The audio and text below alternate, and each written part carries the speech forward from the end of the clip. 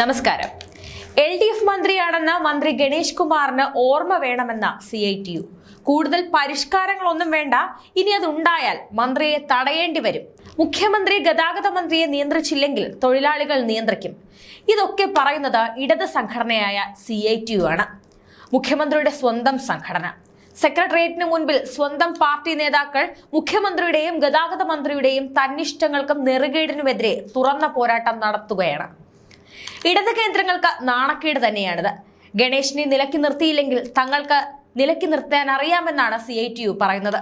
Driving school പരിഷ്കരണങ്ങളിൽ പാവങ്ങളുടെ വയറ്റത്തടിച്ചുകൊണ്ട് ഗണേഷ് കുമാർ നടത്തുന്ന നീക്കങ്ങൾക്കെതിരെയാണ് CITU പരസ്യമായി രംഗത്തെത്തിയിരിക്കുന്നത്. താങ്കൾ ഒരു ഇടത് മന്ത്രിയാണെന്ന് മറന്നു പോകരുത്. കൂടുതലായാൽ മന്ത്രി കസേരയിൽ നിന്ന് ഇറക്കാനും CITUവിന് സാധിക്കും എന്നാണ് സംഘടന പ്രതിഷേധിച്ചുകൊണ്ട് പറയുന്നത്. ഗതാഗത മന്ത്രിയായ അന്ന് മുതൽ ഗണേഷ് കുമാറിന്റെ ആവേശം ചെറുതൊന്നുമല്ല. താൻ ഒരാൾ വിചാരിച്ചാൽ കേരളത്തിന്റെ മൊത്തം ഗതാഗത നിയമങ്ങൾ പരിഷ്കരിച്ച് ഒറ്റയടിക്ക് മാറ്റം കൊണ്ടുവരാമെന്ന ഗണേഷ് കുമാറിന്റെ തള്ള് ഏതാണ്ട് നിലച്ച അവസ്ഥയിലാണ്. അതിന് തടയിട്ടിരിക്കുന്നത് ഇടത് സംഘടന കൂടിയായ CITU ആണ്.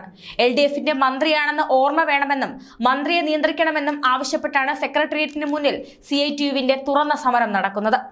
മന്ത്രിയെ നിയന്ത്രിച്ചില്ലെങ്കിൽ തൊഴിലാളികൾ വിചാരിച്ചാൽ നിയന്ത്രിക്കാനാകുമെന്നും സംഘടന മുന്നറിയിപ്പ് നൽകുന്നു. 3 ഘട്ടങ്ങളിലായി സമരം തുടരുമെന്നും 3ാം ഘട്ടത്തിൽ ആവശ്യമാണെങ്കിൽ മന്ത്രിയെ വഴിയിൽ തടയുമെന്നും CITU പറയുന്നു. ഇടതും വലതും ചാടി നിന്ന ഗണേഷിന്റെ ഗതാഗത മന്ത്രി ആയതിനു ശേഷമുള്ള ആവേശത്തിനേറ്റ തിരിച്ചടി കൂടിയാണ് ഇത്. ഇടത് കേന്ദ്രത്തിൽ നിന്ന് ഗണേഷ് കുമാറിന് വരുന്നത് ശക്തമായ എതിർപ്പുകളാണ്. KSRTC അടക്കമുള്ള പൊതുമേഖലാ സ്ഥാപനങ്ങളിൽ ശമ്പള പ്രതിസന്ധി നേരിടുന്ന സാഹചര്യത്തിലാണ് ഗണേഷ് കുമാറിന്റെ പരിഷ്കരണം നടക്കുന്നത്. KSRTCയിൽ ശമ്പളം പോലും നേരെ ചൊവ്വെ കൊടുക്കാൻ സർക്കാരിന് സാധിച്ചിട്ടില്ല. ഇതുവരെ തലകുത്തി നിന്ന് പ്രതിഷേധിച്ചിട്ട് പോലും ശമ്പളം പോലും കിട്ടിയിട്ടില്ല.